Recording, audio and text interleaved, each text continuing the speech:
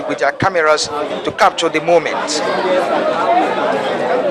After hours of waiting, Mr. Ozekome appeared, held high amidst singing and dancing.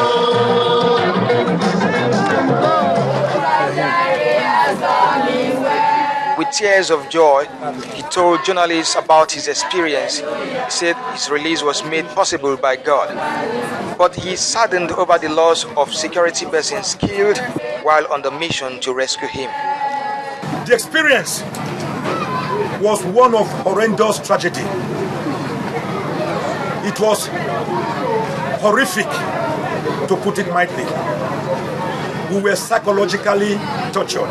Mr. Ozekome, who suddenly became a mouthpiece to his abductors, explained their grievances to include unemployment and greediness on the part of the political class. They complained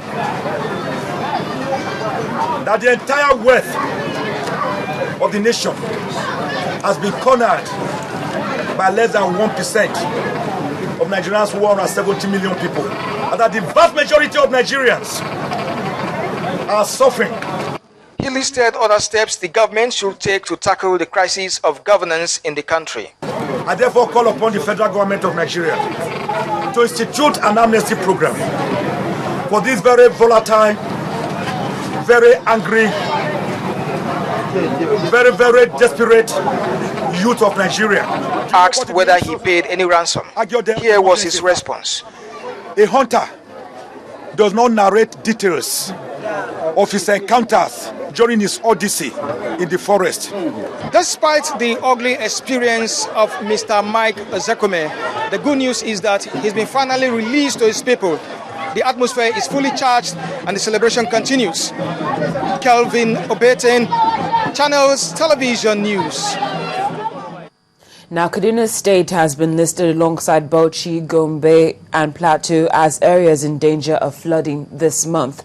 Addressing a news conference in Abuja, the Director General of the Nigeria Meteorological Agency, NIMET, said the areas are already saturated and heavy rains could result in severe flooding. Residents in other states were not let off the hook.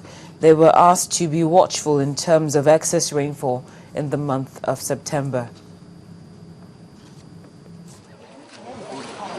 A pitiable situation for these people who have been left in the cold in counting their losses. The disaster resulting from 20 hours of rainfall took them by surprise, and now they are homeless and don't know where to go from here.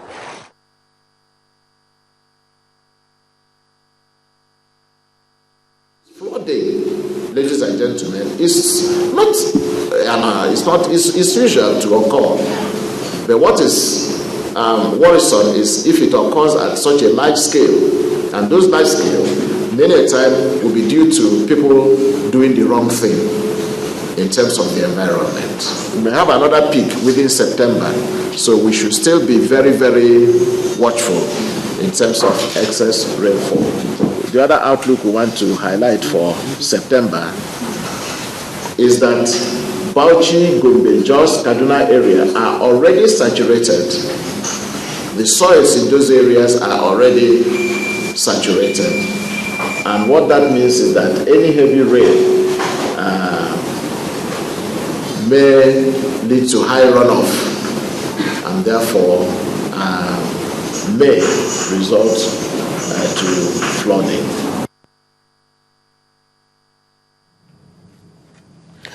When News Track returns, a hospital fire in Russia leaves 37 people dead and 20 others missing. And back home in Lagos, Governor Babatunde Fashola meets with importers of goods on Lagos Wharf. Stay with us. Fun, inspiration and knowledge. That's what you get from readers, writers, publishers, and the entire book world. Get some interesting reviews, events, interviews, and latest updates from the book world. The Channels Book Club, inspiring you one page at a time.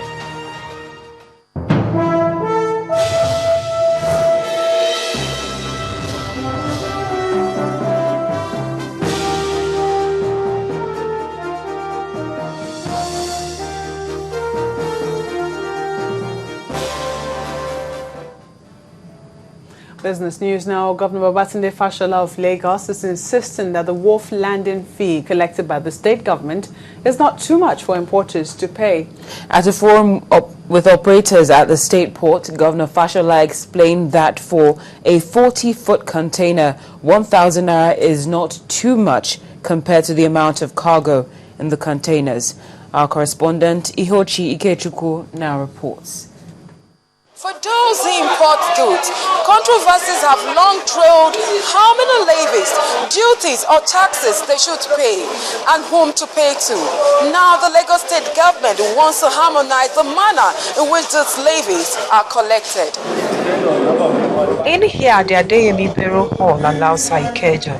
Discussions centered on making the collection of wharf landing fee less of a burden. However, operators of the Lagos port have their reservations. The only levy to be collected on truck is the motor park levy. But the collection by the local government still persists. We would appreciate if this money can be used to quickly addressing the issue of port roads and gullies along roads in Lagos State. Having listened to the complaints, the Lagos state government assured the operators of a better administration. The maximum you can pay under the current regime is 1,000 naira. Not so for a 40-foot container. We agreed on that. How much really is 1,000 How much is the cargo on board?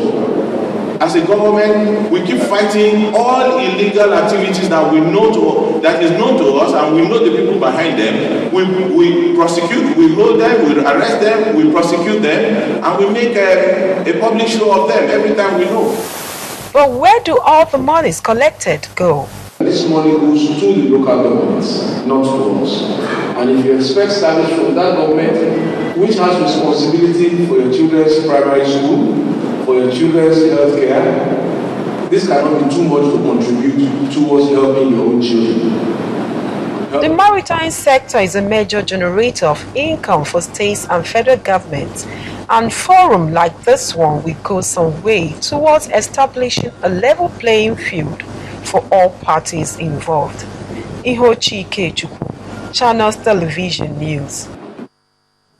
Now, indigents of Bodo community in River State may now heave a sigh of relief as the Shell Petroleum Development Company is proposing to pay 7.5 billion naira to those who were affected by an oil spill in 2008. According to the company, the offer was made at the ongoing settlement negotiations between the company and representatives of the community in Port Harcourt. The company says it's still awaiting the response of the community's representatives and their lawyers. Shell had accepted responsibility for the oil spill in 2008, which polluted the waterways of the fishing communities.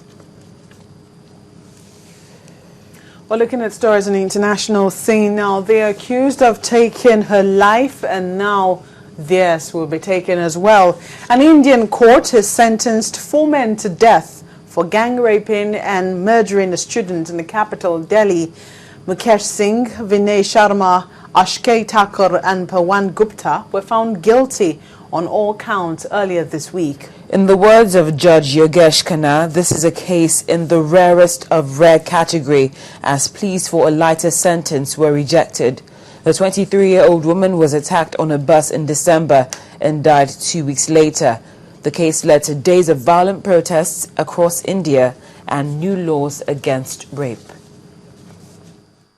Today the verdict on the sentence of Delhi gang rape case 16 December is coming by the court before the accused convict today, and all 4 accused Akshay, Vinay, Pawan and Mukesh sentenced to life, sentenced to till death, hanged till death. And I will go before the Honorable High Court after time, and I am ready to not go to Honorable High Court. I am ready to hang till death, but my condition is that if any rape will not create, any case of rape will not registered in Delhi and all over India, then I will not go to Honorable High Court. You think that